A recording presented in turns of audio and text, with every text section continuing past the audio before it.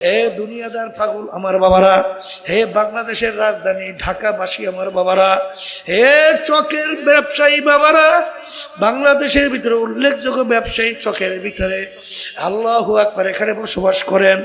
আমি বাজানদেরকে বলবো, ধনী বাবাদেরকে বলবো, ক্ষমতা সম্পন্ন বাবাদেরকে বলবো,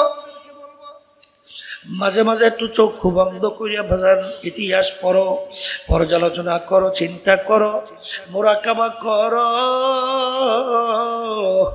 তারপর দুনিয়ার থেকে বিদায় নিয়ে কবরে রওনা করো। তামাম দুনিয়ার মোট 4 জন লোক রাজত্ব করছিল। এর ভিতরে 2 জন মুসলমান, 2 জন অন্য জাতি। একজন মুসলমান বাদশাহ সেকান্দার বাদশাহ ইন্তেকালের আগে ওসিয়াত করলো, আমার মৌতের পরে গোসল করাবা, কাপড় পরাইয়া খাটের ভিতরে উঠাবা, হাত দুইটা বাহিরে রাইখা শহরটাকে ঘুরাইয়া তারপর আমাকে দাফন করবা। তিনি দুনিয়ার থেকে বিদায় হওয়ার পরে গোসল করাইয়া কাপড় পরাইয়া খাটের ভিতরে উঠাই হাত দুইটা বাহিরে রাইখা শহর ঘুরায়। যারা বুঝে না বলে, দেখছ বাদশা জীবন আমাদের থেকে খাজনা এবং ট্যাক্স নিল, এখন মরার পরেও কেমন হাত পাইতে আছে, মনে হয় যেন খাজনা এবং ট্যাক্স চায়।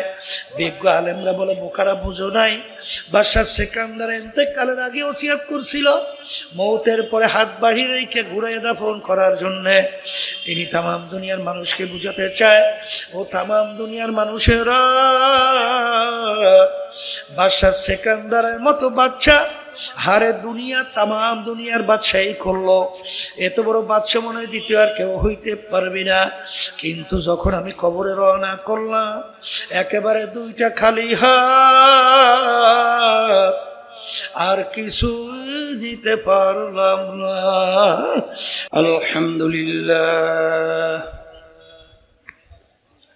আলহামদুলিল্লাহ নাহমাদুহু ওয়া নাস্তাঈনুহু ونستغفره ونؤمن به ونتوكل عليه ونعوذ بالله من شرور أنفسنا من يهده الله فلا مضل له ومن يضلله فلا هادي له ونشهد أن لا إله إلا الله وحده لا شريك له ونشهد أن محمدا عبده ورسوله أما بعد فأعوذ بالله من الشيطان الرجيم بسم الله الرحمن الرحيم ولقد كرمنا بني آدم وقال تعالى أولئك كالأنعام بل هم أضل صدق الله العلي العظيم সবাই দুরূদ শরীফ পড়ি। আল্লাহুম্মা সাল্লি আলা সাইয়্যিদিনা ওয়া হাবিবিনা ওয়া মাওলানা মুহাম্মদ সাল্লাল্লাহু আলাইহি ওয়া আলিহি ওয়া আসহাবিহি আল্লাহুম্মা সাল্লি আলা সাইয়্যিদিনা নাবিয়িনা শাফিঈনা ওয়া হাবিবিনা ওয়া মাওলানা মুহাম্মদ সাল্লাল্লাহু আলাইহি ওয়া আলিহি ওয়া আসহাবিহি ওয়া বারাকা। আল্লাহুম্মা সাল্লি আলা সাইয়্যিদিনা ওয়া নাবিয়িনা শাফিঈনা وحبيبنا ومولانا محمد صلى الله عليه وعلى آله وأصحابه وسلم। শুকরিয়া আদায় করতেছি মহান রব্বুল আলামিনের দরবারে। রব্বুল আলামিন দুনিয়ার সমস্ত কাজ থেকে বিরত রেখে এত রাত্র পর্যন্ত কষ্ট স্বীকার করে এই বেহেশতের বাগানের ভিতরে আমাদেরকে আসার, বসার, আলোচনা করার, শোনার তৌফিক আল্লাহ দান করছেন। শুকরিয়া তার সবাই বলে আলহামদুলিল্লাহ। অনেক লোকের কানে মাহফিলে দাওয়াত পৌঁছার পরে অনেকের সুযোগ থাকা সত্ত্বেও মাহফিলে আসে নাই। আবার তালাশ করলে দেখবেন বহু দূর থেকে কষ্ট স্বীকার করে আমার অনেক ভাইরা মাহফিলে পাগলের মতো সুইটে চলে আসছে। মান জাদ্দা অজাদা, যে যে জিনিস পাওয়ার জন্য চেষ্টা করে ওই জিনিসে পাইয়াও যায়। আমার আব্বাজান দাদাজান চরমনের জমিনে ঘুমায় আসছে। আব্বাজান বলতেন, দিনী মাহফিলে প্রথম থেকে শেষ পর্যন্ত থাইকে বাড়ি বিদায় হয়ে চলে গেলে আমল নামার মধ্যে কমপক্ষে হলো 50 লক্ষ নেকি, এর কম জমা হতেই পারে না। নিয়াত যাদের সহি, আল্লাহকে রাজি খুশির উদ্দেশ্যে যারা আসছে, রব্বুল আলামিন আমল নামার ভিতরে লক্ষ লক্ষ নেকিও দান করবে। এত নেকি পাওয়া যাবে জানার পরেও আশেপাশে রাস্তাঘাটে, দোকানে, বাজারে, ঘরে অনেক আমার ভাইরা দুনিয়ার বিভিন্ন গল্পের মধ্যে লিপ্ত। কেউ টেলিভিশন সাইরা ড্যান্স গানে লিপ্ত, কেউ বিভিন্ন হারাম কাজের ভিতরে টাসের আড্ডায়, মদের আড্ডায়, জুয়ার আড্ডায়। সুযোগ ছিল মাহফিলে আসতে পারতো না, আসার কারণ হিসাবে আব্বাজান রহমাতুল্লাহি আলাইহি বলতেন, বুঝের অভাব। বুঝ কেমন জিনিস? ওমর ফারুক রাদিয়াল্লাহু তাআলা আনহু প্রথম অবস্থায় কাফেরদের অন্তর্ভুক্ত ছিল। কাফেরদের ভিতরে মিটিং হইতেছিল, আল্লাহ রসুল সাল্লাল্লাহু আলাইহি ওয়াসাল্লামের মাথা মোবারক কে কাইটা নিয়ে আসতে পারবেন না, আউযুবিল্লাহ, তাকে 100 লাল উট পুরস্কার দেওয়া হবে। আউযুবিল্লাহ। কেউ সাহস পায় না। ওমর ফারুক রাদিয়াল্লাহু তাআলা আনহু খাপ থেকে তরবারি বের করে দাঁড়ায় গেছিল আল্লাহর হাবিবের মাথা কাটার জন্য 100 লাল উট পুরস্কার পাওয়ার আশায়। মাঝখানে কি ঘটনা হয়েছে আমরা অনেকেই জানি। অল্প সময়ের ব্যবধান আল্লাহ রাব্বুল আলামিন এমন বুঝ তাকে দান করলেন, অল্প সময়ের ব্যবধানে সে ইসলামের পক্ষের একজন নেতা হয়ে গেছে। একটু আগে যখন আল্লাহর হাবিবকে কতল করার জন্য রওনা করছিলেন, তখন যার চক্ষু হাত পাও যেভাবে ছিল, একটু পরে যখন ইসলামের পক্ষে নামছিল তখন কিন্তু একই ছিল, পরিবর্তন হয় নাই। কিন্তু একটা জায়গায় পরিবর্তন হওয়ার কারণে তার জীবনের চলার পথ সম্পূর্ণ ভিন্ন হয়ে গেছে। সেই পরিবর্তনের জায়গার নাম হলো কলব। এক কথায় যার কলব ভালো সেই মানুষটাই ওয়ালাকাদ কাররামনা বানি আদম, সমস্ত সৃষ্টির ভিতরে শ্রেষ্ঠ। আর যেই মানুষটার কলব খারাপ হয়ে যায় ওই মানুষটা আল্লাহ বলছেন কুত্তা, শিয়াল, শুয়ারের চেয়েও খারাপ হয়ে যায়। আপনারা দেখছেন যে এক শ্রেণীর মানুষ এই বছর খানিক কিছুদিন আগে পরে আশরাফুল মাখলুকের মানুষের বুকের ভিতরে গুলি করতে দ্বিধা করত না। আবার এক শ্রেণীর কিন্তু মানুষ তখন এই মানুষকে কেন হত্যা করে এই জন্য জানের ঝুঁকি নিয়ে রাস্তায় নামছিল। কথা ঠিক না? তাহলে বোঝা গেল দুটোটাই কিন্তু আকার সুরাতে সিরাতে মানুষ, কিন্তু দুই মানুষের ভিতরে অনেক বুঝের পার্থক্য। কথা ঠিক কিনা? এই বাংলাদেশের এখনো জেলখানার ভিতরে আছে না নরপিশাচ, 1000 মানুষকে নাকি নিজের হাতে গুলি করে মারছে, তাও আবার মাথার কাছে পিস্তল নিয়ে ঠেকাইয়ে তারপর গুলি করত। যখন জিজ্ঞাসা করা হলো কেন, বলে যখন মাথার কাছে নিয়ে গুলি করি যখন রক্ত এবং মগজ সেইটে ওঠে আর আমার হাতে লাগে তখন আমার ফিলিংস বাড়ে। এটাও তো মানুষের সুরাতে এ বাংলাদেশেও আছে না নাই? তাহলে বোঝা গেল মানুষের সুরাত আকৃতি হইলে মানুষ হওয়া যায় না। মানুষ কাকে বলে? আল্লাহ রসুল বলছেন সাল্লাল্লাহু আলাইহি ওয়াসাল্লাম, আলা ওয়া ইন্না ফিল জাসাদি মুদগাহ ইযা সালুহা সালুহাল জাসাদু কুল্লু ওয়া ইযা ফাসাদাত ফাসাদাল জাসাদু কুল্লুহু আলা ওয়াহিয়াল কলব।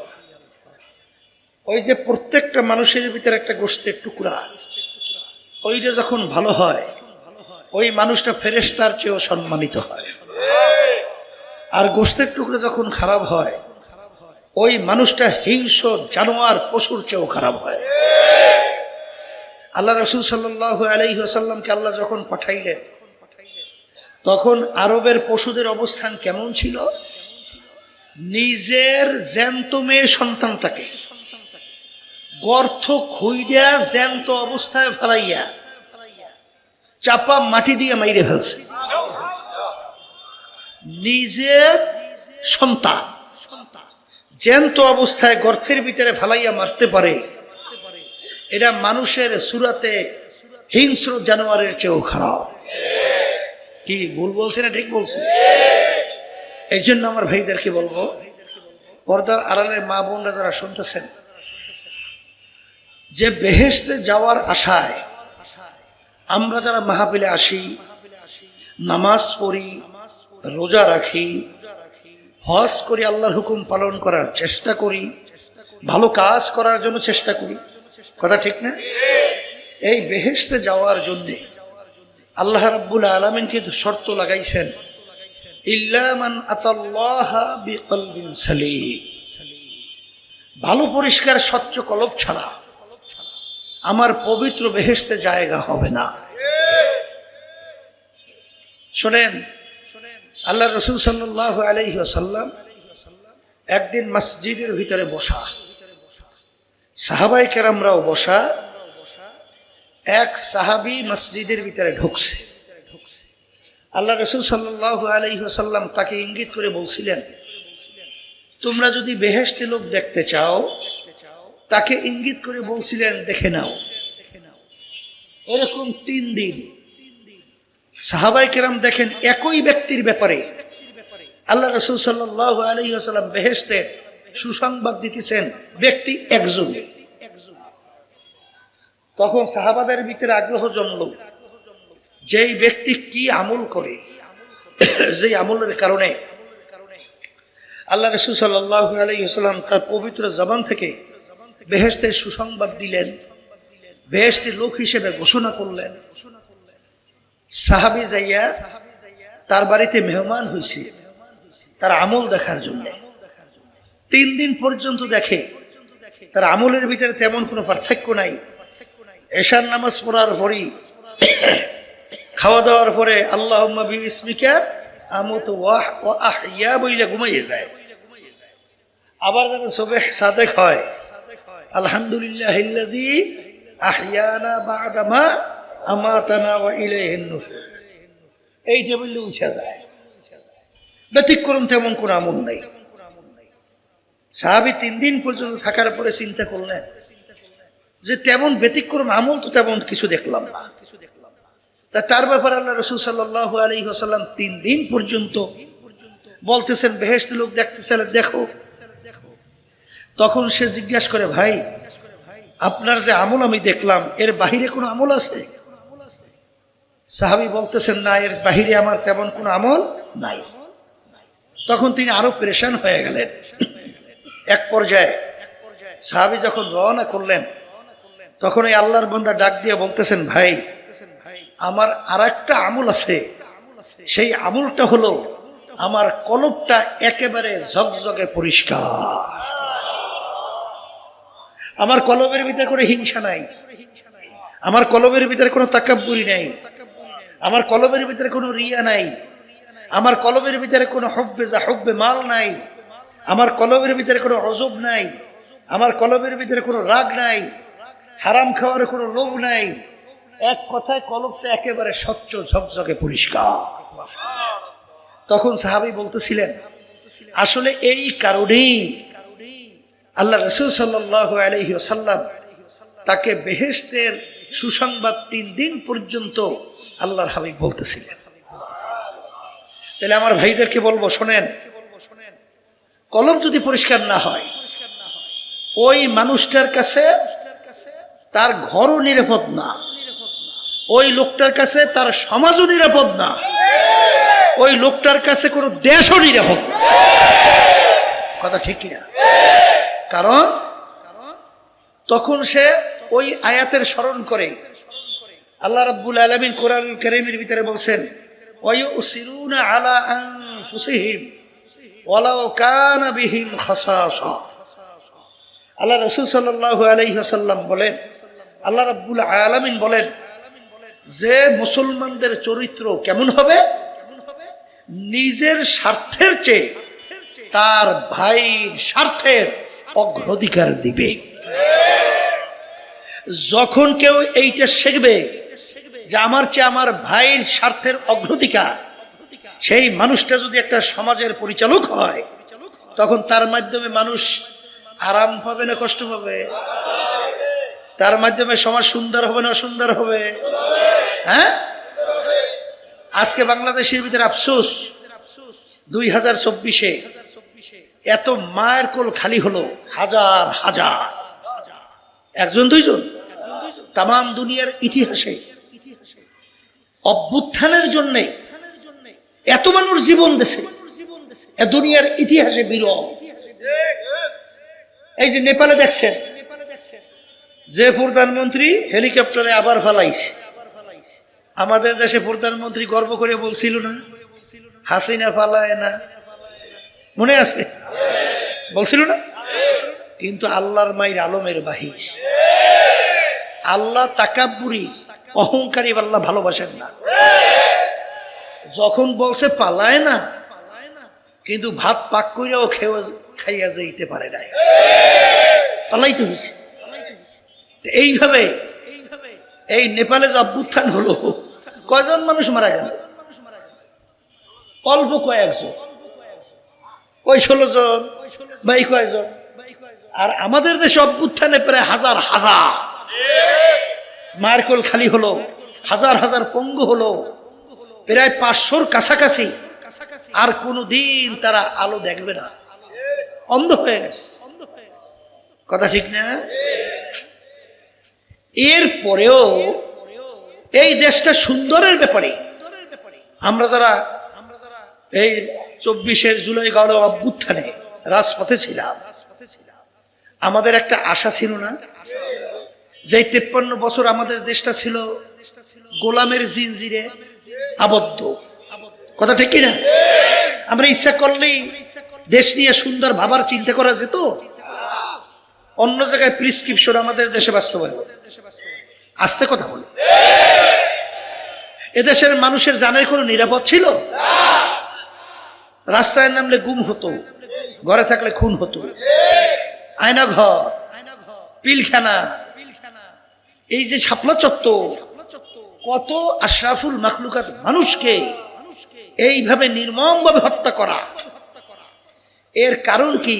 আসলে বাস্তবতা হলো কলবটা খারাপ। কলব কি খারাপ? কথা ঠিক না? এই জন্য আমার বাজানদেরকে বলবো, পর্দা আলে মা বোনদেরকে বলবো, শোনেন, আমি আপনাদের সামনে যে আয়াত শরীফ প্রথম তেলাওয়াত করছিলাম, আয়াতের ভিতরে আল্লাহ বলছেন যত মাখলুকাত আমি সৃষ্টি করেছি, এর ভিতরে সর্বশ্রেষ্ঠ সম্মানিত করে মানুষকে সৃষ্টি করছি। কথা ঠিক কিনা? আবার আল্লাহ রাব্বুল আলামিন ওই কোরআনুল কারীমের ভিতরে বলছেন এক শ্রেণীর মানুষ সমস্ত মাখলুকাতের ভিতরে নিকৃষ্ট। কথা ঠিক না? এখন মানুষ উৎকৃষ্ট এবং নিকৃষ্ট, এইটা কিন্তু বলছিলাম কলবের উপরে ভিত্তি কইরা মানুষ কি হয়? সম্মানিত হয়। আবার কলবের উপরে ভিত্তি করে মানুষ কি হয়? নিকৃষ্ট হয়। এই জন্য ইমাম গাজ্জালী রহমাতুল্লাহি আলাইহি লেখছেন, কিয়ামতের ময়দানে আল্লাহ রাব্বুল আলামিন মানুষগুলোকে 10টা সূরাতে উঠাবে। কয় রকমের সূরা? 10 রকমের সূরা। বলে তা কেমন?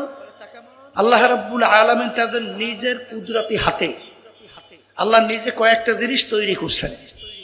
এর ভিতরে একটা হলো মানুষের চেহারা মোবারক। এটা আল্লাহ নিজের হাতে বানাইছে। আল্লাহ রাব্বুল আলামিন তার কুদরতি হাতে যেই চেহারা তৈরি করছেন, এই চেহারার মানুষগুলো আল্লাহ রাব্বুল আলামিন জাহান্নামে কিভাবে ফালাইবেন, এই জন্য চেহারা বিকৃতি ঘটাইয়া যার ভিতরে হিংস্র জানোয়ারের খাসলত থাকবে, সে কিয়ামতের ময়দানে হিংস্র জানোয়ারের সুরাত নিয়ে উঠবে। যার ভিতরে বান্দরামি থাকবে, কিয়ামতের ময়দানে সে বানরের সূরাতে উঠবে। যার ভিতরে কুকুরের খাসলত থাকবে, কিয়ামতের ময়দানে সে কুকুরের সূরাত নিয়ে উঠবে। কথা ঠিক কিনা? কারণ আল্লাহ রাব্বুল আলামিন এই আশরাফুল মাখলুকাত মানুষ তার হাতে তৈরি করছেন চেহারা মুবারক। এই চেহারার মানুষকে কিভাবে জাহান্নামে পালাই, এই জন্য আল্লাহ বিকৃতি ঘটাবেন। এই জন্য আমার ভাইদেরকে বলবো, পর্দা আলে মা বোনরা যারা শুনতেছেন, মানুষ যদি সমাজের ভিতরে না থাকে তাহলে ওই সমাজটা কিন্তু মানুষ সমাজ থাকে না, মানুষের সমাজ থাকে না। ওই মানুষটা হয়ে যায় একটা হিংস্র জানোয়ারের সমাজ। এক শ্রেণীর বর্তমানে দেখা যায়, কয়েকদিন আগে আপনারা দেখছেন ইউনিভার্সিটিতে ডাকসু নির্বাচন হয় নাই, কি হয়েছে? দেখেন ভিসি কত বড় একটা দায়িত্ব, তার কত বড় সম্মান, কত বড় মর্যাদা। সেখানে একটা ছেলে ছাত্র দলে, দেখেন নাই ওর বয়স কি?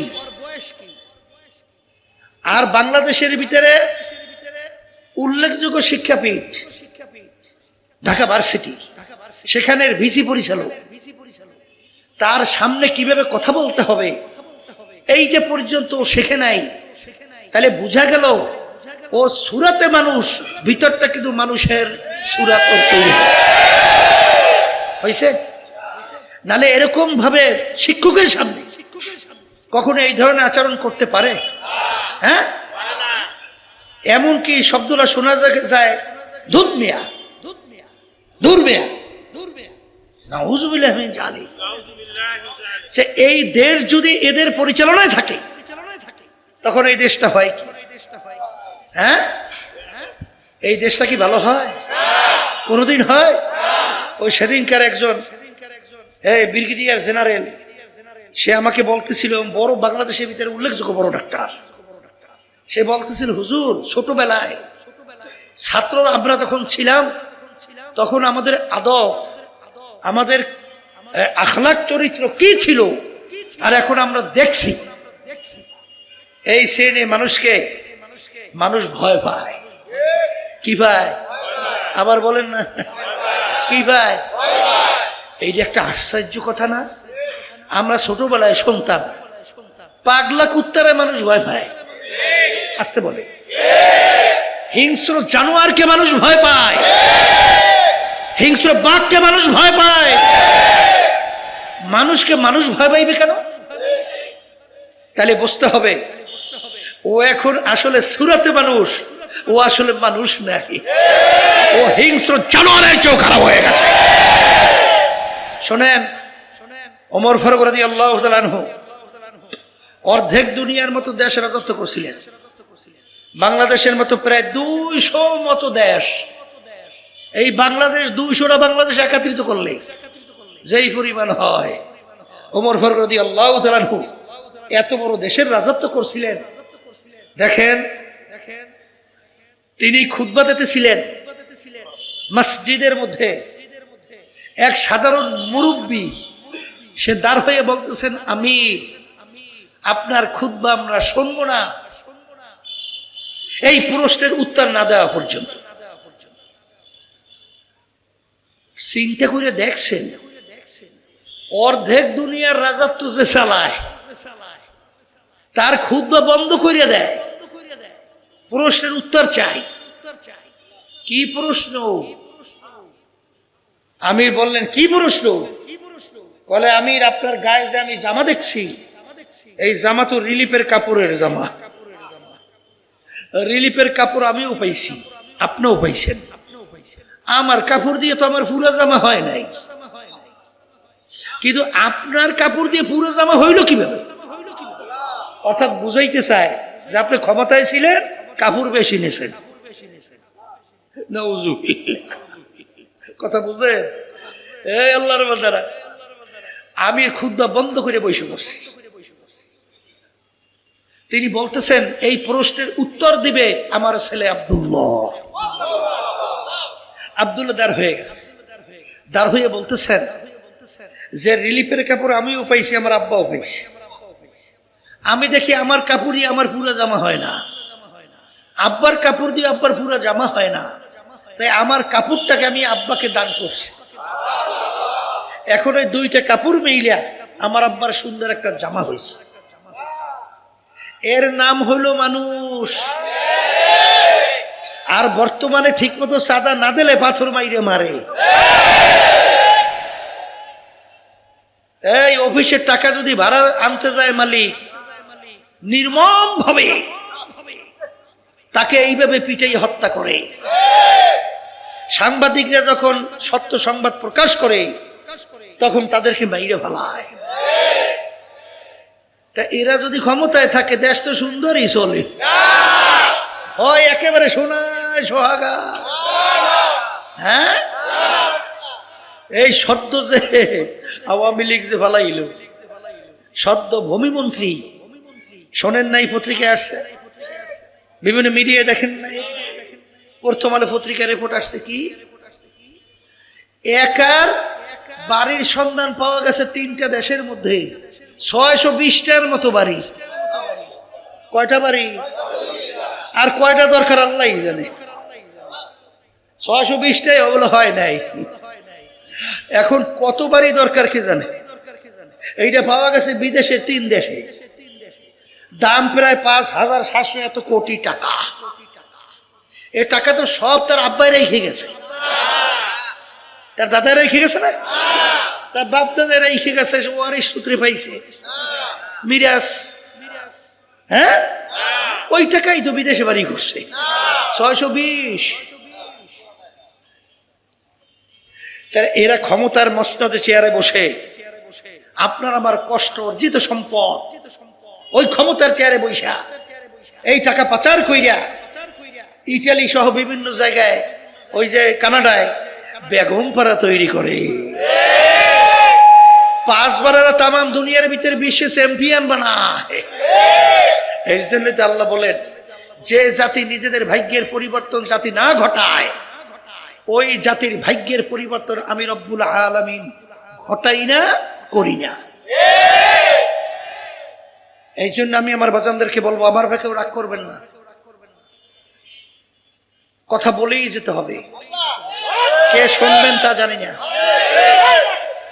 আল্লাহ রাসূল সাল্লাল্লাহু আলাইহি ওয়াসাল্লাম যখন এই কাফেরদের অন্যায়ের প্রতিবাদে, ওদের মূর্তি পূজার বিরুদ্ধে, ওদের হত্যার বিরুদ্ধে, ওদের মিথ্যার বিরুদ্ধে, জুলুমের বিরুদ্ধে যখন আল্লাহর হাবিব বলতেছিলেন, তখন এক পর্যায়ে ওরা আল্লাহর হাবিবের কাছে প্রস্তাব নিয়ে গেছিল, তোমাকে আরবের ধনী বানায়া দেব, তোমাকে আরবের নেতা বানায়া দেব, তোমাকে আরবের সবচেয়ে সুন্দরী মেয়েটা বিবাহের ব্যবস্থা করব, তারপরে তুমি আমাদের বাপদাদার ধর্মের বিরুদ্ধে কিছু বইল না। আল্লাহ রাসূল সাল্লাল্লাহু আলাইহি ওয়াসাল্লাম বলছিলেন, যদি এক হাতে আমার সূর্য আর এক হাতে চন্দ্রও দেওয়া হয়, তারপরে আমি এক আল্লাহর উপরে ঈমান আনার দাওয়াত এবং তোদের অন্যায়ের বিরুদ্ধে বলতেই থাকবো। আজকে যদি আমরা না বলি তাহলে বলবে কারা? এই যে ফ্যাসিস্ট আওয়ামী লীগ সরকার 2024-এ নির্বাচন করলো না, আমাদেরকে নির্বাচনে নেওয়ার জন্য ও চেষ্টার কোনো শেষ নাই। কথা বলছে, এখন আমাদেরকে এমনকি বিরোধী দল বানাবার চিন্তাও করছি। আমার সঙ্গে দেখা করবে প্রধানমন্ত্রীর পক্ষ থেকে। আমি বলছিলাম, আপনারা যেখানে বলেন ওখানে আমি যাব না, আমি যেখানে বলবো সেখানে আসতে হবে। আসছিল, আসার পরে প্রস্তাব নেছে এতগুলো সিট, এতগুলো এমপি আমাদেরকে দেবে এবং বানাইয়ে নেওয়ার দায়িত্বও নেবে। আমার কষ্ট লাগবে না, এমনি বলে পকেটের ভিতরে এমপি। কথা বুঝছে? শোনার পরে আমি তার দিকে তাকাইয়ে দেখলাম প্রধানমন্ত্রী পক্ষ থেকে আসছে, কে কপালে নামাজের দাগ দেখা যায়। আমি বললাম যে আপনার কপালে তো নামাজের দাগ দেখা যায়, তাহলে তো মনে হয় আপনি নামাজ পড়েন। একটা হাস দিয়ে বলে, হুজুর আমি তো নামাজ পড়ি 7 বছর বয়স থেকে। তখন বলতেছে, হুজুর আমি যদি নামাজ না পড়তাম আমার মা আমার জন্য ঘরে খানাই হিফাক করতো না, ওই থেকে নামাজের অভ্যাস। আমি কইলে তাইলে তো আপনার সঙ্গে কথা বলতে সাহস হয়।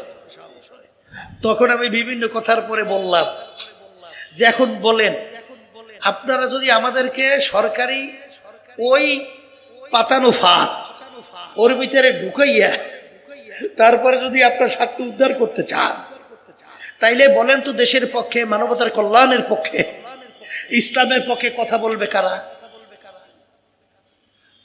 হক একটা আওয়াজ, সত্য পক্ষের একটা আওয়াজ, জুলুমের প্রতিবাদ একটা আওয়াজ থাকা দরকার আছে না নাই? তখন বলতে হুজুর থাকা তো দরকার আছে, কারণ যদি থাকা দরকার হয় তা আমাদেরকেও আপনারা আটকাইবেন, তা কথা বলবে কারা? এরপরে সামনে কথা না বাড়াইয়া বলে হুজুর আপনাদের সম্পর্কে ব্যাপারটা বুঝে গেলাম, প্রধানমন্ত্রীকে এইভাবেই হুজুর পৌঁছাবো, তা আল্লাহর আমাদের এইভাবে আর জ্বালাতন করে নাই। তাই যেই কথা বলতে চাইছিলাম, এই আল্লাহ রাসূল সাল্লাল্লাহু আলাইহি ওয়াসাল্লাম বলেন, এক হাতে যদি আমাকে সূর্য দাও, আর এক হাতে যদি চন্দ্রও দাও, কিন্তু আমি এক আল্লাহর উপরে ঈমান আনার দাওয়াত এবং তোদের অন্যায়ের প্রতিবাদ আমি বলতেই থাকবো, করতেই থাকবো। শেষ পর্যন্ত আল্লাহ রাসূল সাল্লাল্লাহু মাইকটারে হাজির করে মাইকটারে মোড়ামুড়ি করে ভালোই তো ছিল, বাবা হিন্দে সরাইতে পারো, ভালোই তো ছিল, কথা ভালোই বলতেছিলাম, আবার এই মোড়ায়, মানে ঠিক মতো বয়ানই করতে দেয় না, এইভাবে জ্বালায়। তাই যেই কথা বলতে চাইছিলাম, এই আল্লাহর বান্দারা, পর্দা আলে মা বোনেরা, অনেক সময় আমরা বিভিন্ন সময় আলোচনা শুনি যে আমরা ক্ষমতার পাগল হয়েছি, এমপি হওয়ার জন্য লোভ জাগছে। আপনারা ভুল বুঝছেন। ইসলামী আন্দোলন বাংলাদেশ প্রতিষ্ঠিত হয়েছে 1987 সালে। অদ্যবধি পর্যন্ত আমাদের একটা এমপিও কিন্তু সংসদে যায় নাই। সুযোগ ছিল না? কথা বলে না, ছিল না? যাই নাই কেন? যাই নাই এর জন্য আল্লাহ রাব্বুল আলামিনের ওই হুকুম, নির্দেশ, ওয়াতাআওয়ানু আলাল বিররি ওয়াত তাকওয়া ওয়ালা তাআওয়ানু আলাল ইসমি ওয়াল উদওয়ান, তোমরা ভালো কাজের সহযোগিতায় থাকো আর খারাপ কাজ, অসৎ কাজের বিরোধিতায় থাকো। এই 53 বছর যারা দেশ পরিচালনা করলো, এদের ইতিহাস যখন আমরা পড়ি, দেখি, শুনি, এদের মাধ্যমে দেশটা একবার দুইবার নয় 5 বার তাম দুনিয়ার মধ্যে চোরের দিক থেকে ফাঁস বানাইছে। এদের আলোচনা করলে দেখি হাজার হাজার মায়ের কোল খালি করছে। এদের ইতিহাস যখন আমরা দেখি, হাজার হাজার লক্ষ লক্ষ মানুষকে মিথ্যা কেস দেওয়ার মাধ্যমে ফ্যামিলি ধ্বংস করছে। কথা বলে না? এদের আলোচনা করলে আমরা দেখি যে আশরাফুল মাখলুকাত মানুষকে অনেক সময় অন্যায়ভাবে কষ্ট দেওয়ার জন্য আয়না ঘরের মতো আইয়ামে জাহিলিয়াতের সেই বর্বর ইতিহাসকেও হার মানাইছে। ইসলামী আন্দোলন বাংলাদেশ কখনোই ওদের ক্ষমতায় যাওয়ার জন্য সিঁড়ি হিসাবে ব্যবহার হয় না। আমাদেরকে ব্যবহার করে আমাদের সহযোগিতায় নিয়ে ওরা ক্ষমতায় যাবে, আর এই সমস্ত এই অন্যায়ের, খুনের, এই মিথ্যার, এই জুলুমের এবং টাকা পাচারের এবং সন্তান মাহারা করা, মা হারা করা সন্তান, এদের সহযোগী হব, আর কিয়ামতের ময়দানে এই খুনিদের কাতারে উঠবো। এটা কখনোই হতে পারে না। এই জন্য কথা ঠিক না বে ঠিক? ও মনে করছেন আমরা বুঝি কিছু বুঝি রে না? সব আপনারা বুঝছি একেবারে শেষ। বুঝছেন তো ভালোই।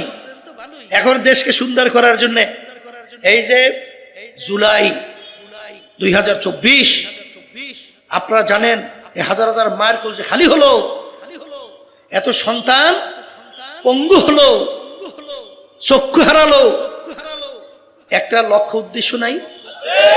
কথা বলে না? লক্ষ্য উদ্দেশ্যটা কি? বৈষম্য দূর হবে, এই দেশ স্বর্ণের দেশ হবে, এই লক্ষ্য নিয়েই তো মানুষ জীবন দিয়ে রাস্তায় নামছে, ঠিক না? এখন আগের সেই নিয়ম পদ্ধতি অনুযায়ী যদি আবার সেই নির্বাচন হয়, আমরা কি টাকার তোরে ওদের কাছে কাছে ধারে কাছে যাইতে পারি? হ্যাঁ, আরে একদিনে যে সাদা পায় ও আমাকে বয়সেও তো ধারেও হয় নাই। কথা কয় না? কথা ঠিক না? ও সব আমার কিন্তু অনেক জানা আছে, আপনারা না জানো, আমি কিন্তু জানি। সারা দেশে আমি ঘুরি, শূন্য আইছি যশোরে, খালি 5ই আগস্টের পরে ওই বর্মিয়ার বলে ফান্ডে পেরে 1,500 কোটি টাকার মতো খালি চাঁদা জমা হয়েছে। কথা বোঝেন কিছু বাংলা? হ্যাঁ, পানের দোকান থেকে বন্ধু সাদা, এরপরে আর কোনো জায়গায় বাদ আছে কিনা আমি জানি না। কথা বোঝেন নাই? আরে গু খালাও সাদা। সেই টাকা জমা করছে বস্তা ভরা। এই নির্বাচনে যখন সারবে তখন গুন্ডার অভাব আছে? আসতে কয় আছে অভাব? তোরা এই গুন্ডারা তখন যেই সেন্টার দখল করবেন না বুঝলেন কেমন? ও বাংলাদেশ ইতিহাস নাই তো আছে না? এই জন্য আমরা বলছি যে এই দেশকে যদি বাঁচাতে হয়, এই দেশকে যদি সুন্দর করতে হয়, আর প্রতিটা ভোটারের যদি ভোটের মূল্যায়ন প্রয়োজন হয় এবং ফ্যাসিস্ট চরিত্রের সরকার যদি তৈরি না হয়, একমাত্র পদ্ধতি নির্বাচনের পিয়ার। প্রতিটা ভোটারের সেখানে কিন্তু কি হবে? মূল্যায়ন হবে। এককভাবে ক্ষমতায় যাওয়ার আর স্বপ্ন দেখা যাবে না। এককভাবে ক্ষমতায় গেলি তখন ধরাকে সরা জ্ঞান মনে করে না। তখন ওই সংবিধানকে বানাইছে ওটি বই, যা বড় কথা করে। কথা ঠিক কিনা? নিজের স্বার্থে দলের সাথে। এই জন্য আমরা বলছি এই পদ্ধতিতে নির্বাচন হওয়া লাগবে। তখন এক শ্রেণীর বলে না, পিয়ার খায় না মাথায় দেয়। হ্যাঁ, পিয়ার খায় মাথায় দেয়। আরে পিয়ারের মাধ্যমে দেশ সুন্দর হয়। 91 দেশের মধ্যে এই পদ্ধতি আছে, আছে না? খায় না মাথায় দেয়, এইটা বোঝে না। এই জুলাইয়ের চেতনাও এরা বোঝে নাই। এই জুলাইয়ের চেতনা না বোঝার কারণে আজকে যাচ্ছেন ঢাবির মধ্যে নির্বাচনে কিভাবে অপমানজনক কলঙ্ক রচিত হয়েছে। সামনে যদি না বোঝে এই কলঙ্ক আরো বাড়তে থাকবে। কারণ আপনারা যা বোঝেন অত কিন্তু এখন বাংলাদেশের মানুষ বোঝে না। মানুষ বোঝে এতটুকুই, এখন আমাদের দেশ সুন্দর করার জন্য আর সাদাবাজি আর টেন্ডারবাজি এসে এই ঘাট দখল এবং বিভিন্ন এই মাতুকবাড়ি জর্দারি আর ওই গুন্ডামি, এদের কাছে দেশ নিরাপদ না। আমার পক্ষে রাগ করিয়েন না, আমি কিন্তু মাপসাই লইলে বাগি, কিন্তু কথা কিন্তু বইলে যাব। শোনেন বানা না শোনেন তা জানি না, রাগ করিয়েন না। গায়ে পারলেও রাগ করিয়েন না। আমাদের কিন্তু আল্লাহর রহমতে, আপনাদের দোয়ায় ওই এমপি টেমপির আল্লাহর রহমতে চিন্তা ও লোভ আল্লাহর রহমতে, আল্লাহর রহমতে নাই। এই দেশে জন্মগ্রহণ করছি, হুব্বুল ওয়াতার মিলাল ঈমান, এই দেশের একটা মহব্বত থাকতেই হবে, ঈমানের অংশ। এই দেশ নিয়ে আমার চিন্তা করা লাগবে না? আপনার করা লাগবে না? নালে দেশ নিয়ে চিন্তা করবে কারা? দেশি চিন্তা করবে বিদেশি এলারা। আমাদের কি করতে হবে? এই জন্য কথাগুলো বলছি, রাগ করলে মাপ চাই। তাই যেই কথা বলতে চাইছিলাম, ওয়ালাকাদ কাররামনা বানি আদম, যখন আপনার কলবটা পরিষ্কার হবে তখন দেখবেন আপনি আপনার নিজের কাছে নিরাপদ, আপনার কাছে আপনার পরিবার নিরাপদ, আপনার কাছে সমাজ নিরাপদ, আপনার কাছে রাষ্ট্র নিরাপদ, আপনার কাছে বিশ্ব আন্তর্জাতিকভাবে সব নিরাপদ। কথা ঠিক না? ঠিক। এই জন্য আমার বাজানদেরকে বলবো, পর্দালে মা বোনরা যারা শুনতেছেন, আমি কথা বেশি লম্বা না বইলা আমি সংক্ষেপে এতটুকুই বলবো যে আল্লাহ রাব্বুল আলামিন আপনাকে আমাকে আশরাফুল মাখলুকাত বানাইছেন এবং আশরাফুল মাখলুকাত হওয়ার জন্য আল্লাহ রাব্বুল আলামিন আপনাকে আমাকে শক্তি দান করছেন। দুইটা রাস্তা দেখাইয়া, ও হাদাইনাহুম নাজদাইন, দুই রাস্তা আল্লাহ দেখাইছেন, একটা খারাপ একটা ভালো। আপনি ইচ্ছা করলে ভালো রাস্তায় চলতে পারেন, তাইলে আপনি আশরাফুল মাখলুকাত হবেন এবং আশরাফুল মাখলুক হিসাবে আল্লাহর কাছে আপনি গণ্য হবেন, আল্লাহর কাছে গ্রহণযোগ্যতা লাভ করতে পারবেন এবং আপনি দুনিয়াতেও সম্মানিত হবেন, আখিরাতেও সম্মানিত হবেন। হারামে কিন্তু আরাম নাই। হারামে কি নাই? আবার বলেন না, হারামে কিন্তু আরাম নাই। আজ পর্যন্ত কেউ পায় নাই, কেউ কোনোদিন পাবে না। পাবে? তাহলে আশরাফুল মাখলুকাত হওয়ার জন্যে আমি আমার ভাইদেরকে বলবো, ওয়াকুনু মা'আস সাদিকিন, তোমরা সাদিকিন বান্দাদের সঙ্গী হও। সুহবাতে সালেহ তোরা সালেহ কুনাদ, সুহবাতে তালেহ তোরা তালেহ কুনাদ। এক জামানা সোহবতে বা আউলিয়া बेहतर असद साल ताअत बेरिया गले खुशबू इधर हम्माम रोज़े रसीद दस्ते महबूबे बदस्ताम মাটির চাকার থেকে গোলাপ ফুলের ঘেরান আসে। এ মাটির চাকা, তুমি কোনো গোলাপ ফুল না, কোনো মিষ্টি আম্বার না, কোন সুগন্ধি পরিচয় দাও।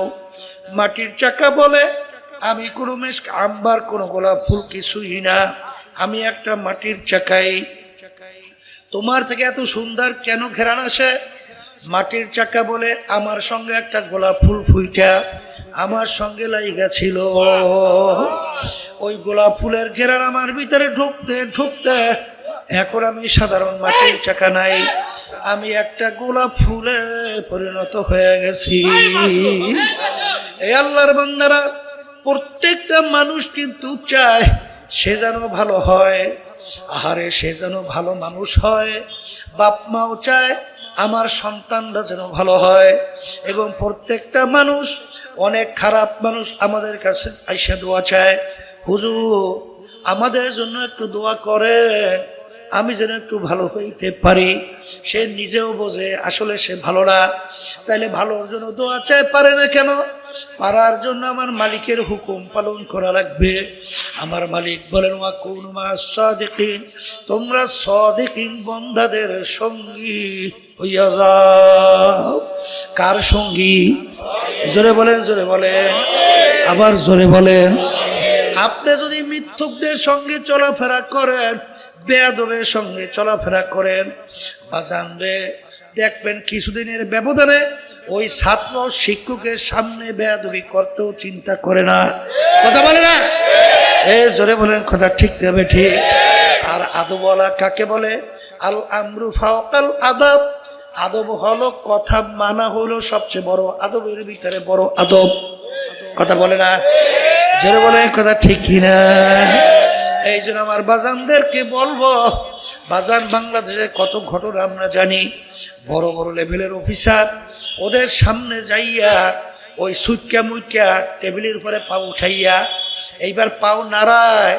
আবার বড় বড় সম্মানিত অফিসার এত বড় যোগ্যতা সম্পন্ন তাদের সামনে যা মনে করে তা ব্যবহার করে। কি জোরে বলে, কথা ঠিক কিনা? এই চরিত্রে চরিত্রবান কেন হইল? ওই চরিত্রবান লোকদের সঙ্গে চলাফেরা করার কারণে। না ভুল বলছি? না ভুল বলছি? আর যখন আপনি ভালো লোকের সঙ্গে চলবেন, তখন দেখবেন যে আপনার চালচলন কথাবার্তা আপনার এত সুন্দর, আপনার কথা আপনার চালচলনের কারণে তখন ওস্তাদ আপনার জন্য দোয়া করে, তখন পড়শিরা আপনাদের জন্য দোয়া করবে, তখন বাপমা দোয়া করবে, আর এলাকার মুরব্বী যুবকরা দোয়া করবে। এমনকি তার বিরহে বেদনায় আসমান পর্যন্ত কান্দে। জোরে বলো, কথা ঠিক না বেখি? এই আল্লাহর বান্দারা, শরফুল মাকানে শরফুল মাকির, বাজান জাগার সম্মান বাড়ে ব্যক্তির সম্মানের কারণে। এই জোরে বলো, কথা ঠিক কিনা? এই যাইয়ে দেখো সিলেট বাজান এত পণ্যভূমি কেন হইল? সেখানে এমন এক সম্মানিত ব্যক্তি ঘুমায় আছে, যেই ব্যক্তির নাম হলো শাহজালাল রহমাতুল্লাহ আলাই, শাহপরান রহমাতুল্লাহি আলাই।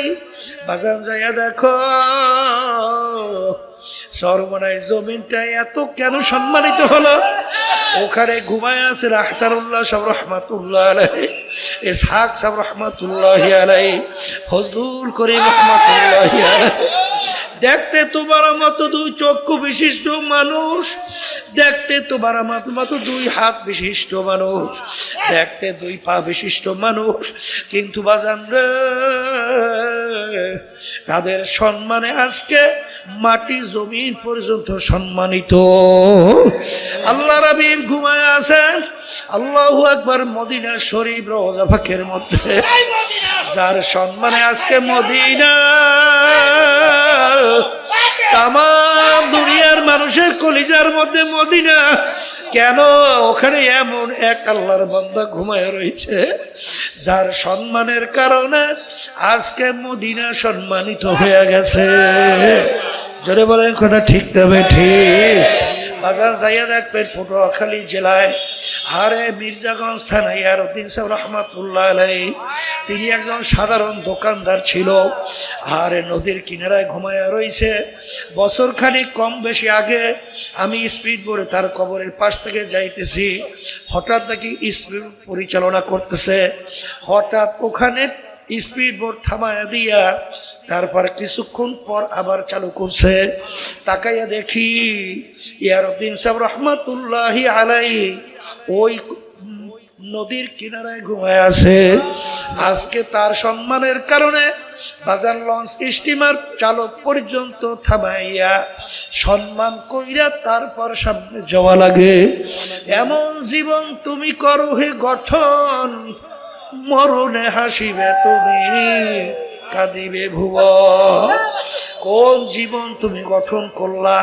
তুমি দুনিয়া থেকে বিদায় হওয়ার পরে তোমাকে মানুষ কি ভালো বলবে না মন্দ বলবে? তোমার জন্য দোয়া করবে না বদদোয়া করবে? আর এক শ্রেণীর মানুষ দুনিয়া থেকে বিদায় হয়, তখন তাদের জন্য দোয়া করে আর দুই চোখের পানি ফেলাইয়া মালিকের দরবারে কান্দে আর বলে, মালিক মালিক রে, তার দরজা বেহেশতের মধ্যে বলন্দ করে দাও, তার রুহানি ফয়জ বরকত আমাদেরকে নসিব করো।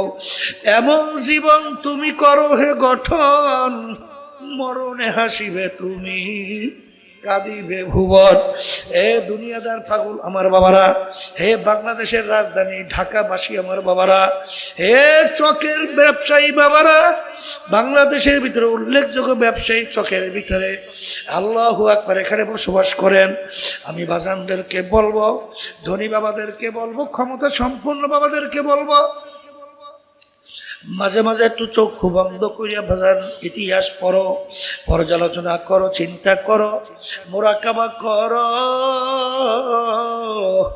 তারপর দুনিয়ার থেকে বিদায় নিয়ে কবরে রওনা করো। তামাম দুনিয়ার মোট 4 জন লোক রাজত্ব করছিল। এর ভিতরে 2 জন মুসলমান, 2 জন অন্য জাতি। একজন মুসলমান বাদশাহ সেকান্দার বাদশাহ ইন্তেকালের আগে ওসিয়াত করলো, আমার মৌতের পরে গোসল করাবা, কাপড় পরাইয়া খাটের ভিতরে উঠাবা, হাত ধুইয়া বাহিরে রাইখা শহরটাকে ঘুরাইয়া তারপর আমাকে দাফন করবা। তিনি দুনিয়ার থেকে বিদায় হওয়ার পরে গোসল করাইয়া কাপড় পরাইয়া খাটের ভিতরে উঠাই হাত ধুইয়া বাহিরে রাইখা শহর ঘুরায়। যারা বুঝে না বলে, দেখছ বাদশাহ জীবন আমাদের থেকে খাজনা এবং ট্যাক্স নিল, এখন মরার পরেও কেমন হাত পাইতে আছে, মনে হয় যেন খাজনা এবং ট্যাক্স চায়।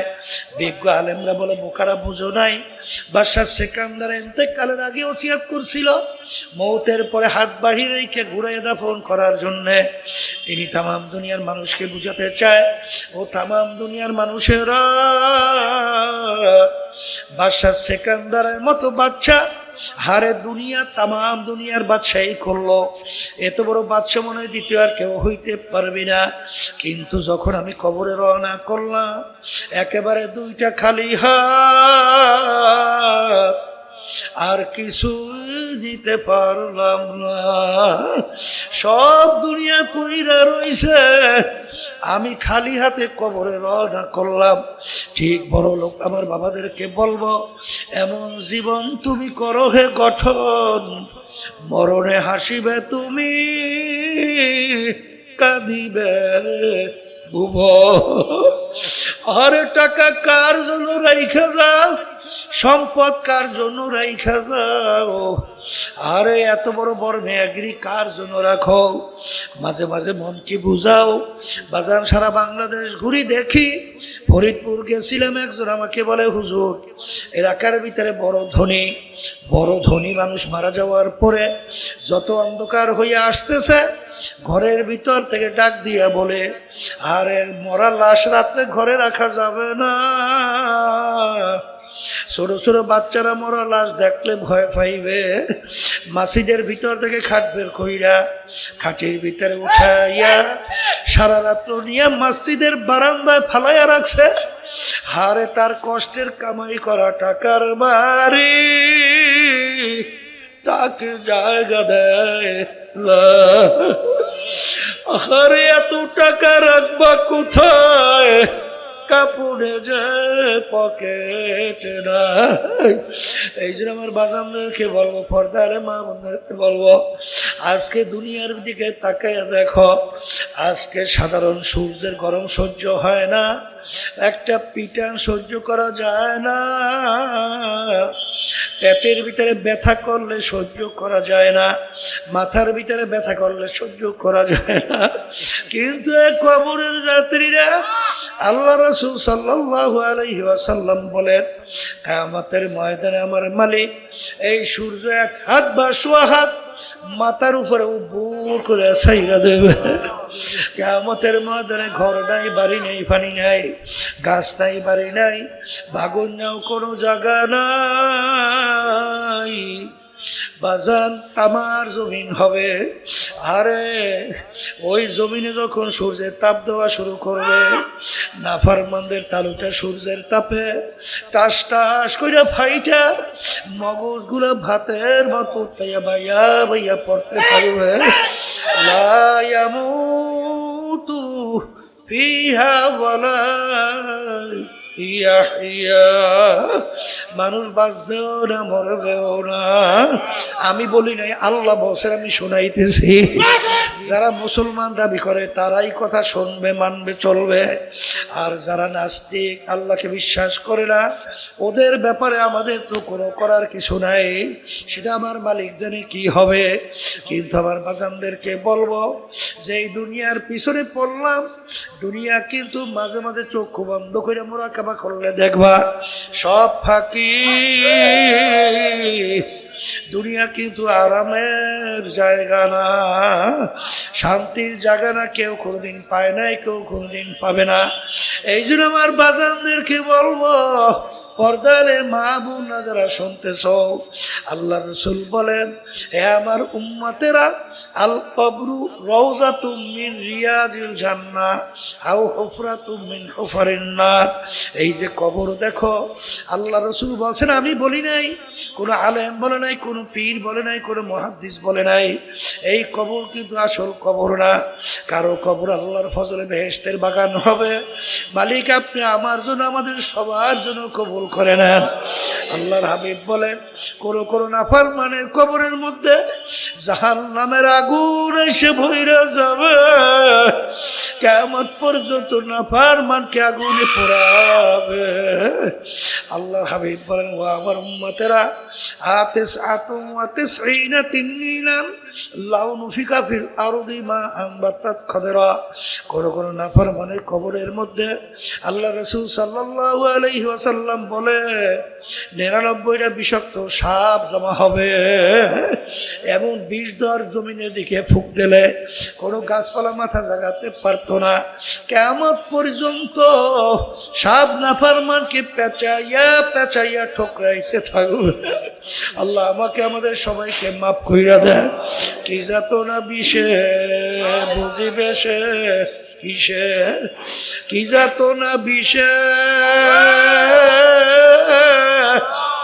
বুঝিবে সে কিসে, কবু আসি বিষে তংসিনী যারে।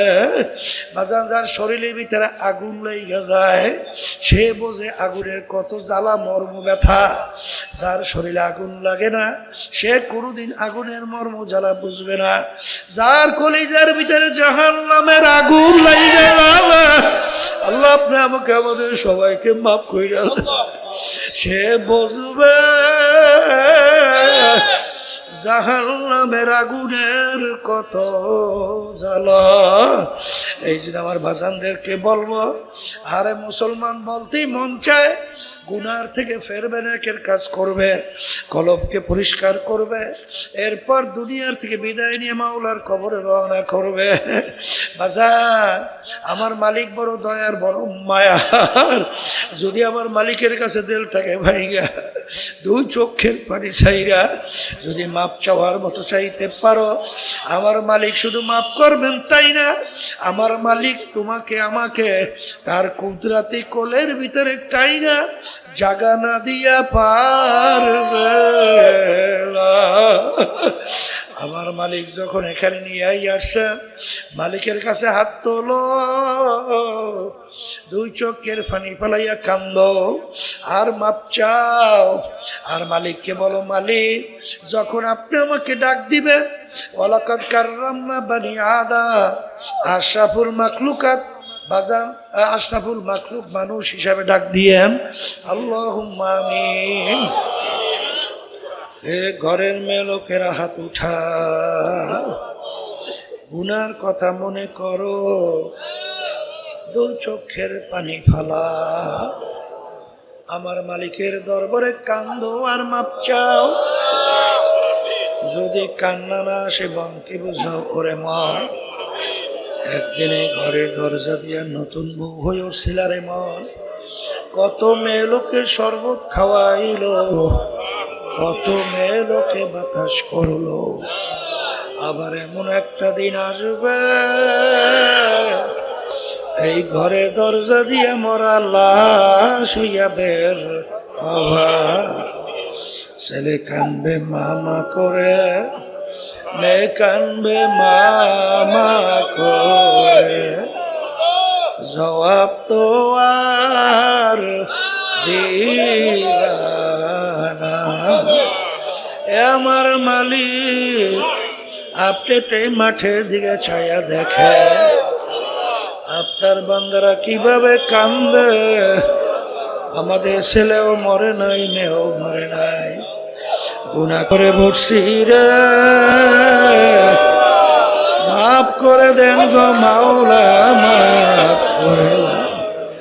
আল্লাহ যাদের উসিলায় মাহফিল হইল, যারা মাহফিলের জন্য চেষ্টা কারণে সাহায্য করলো, আমরা যারা মাহফিলে উপস্থিত হয়ে গেলাম,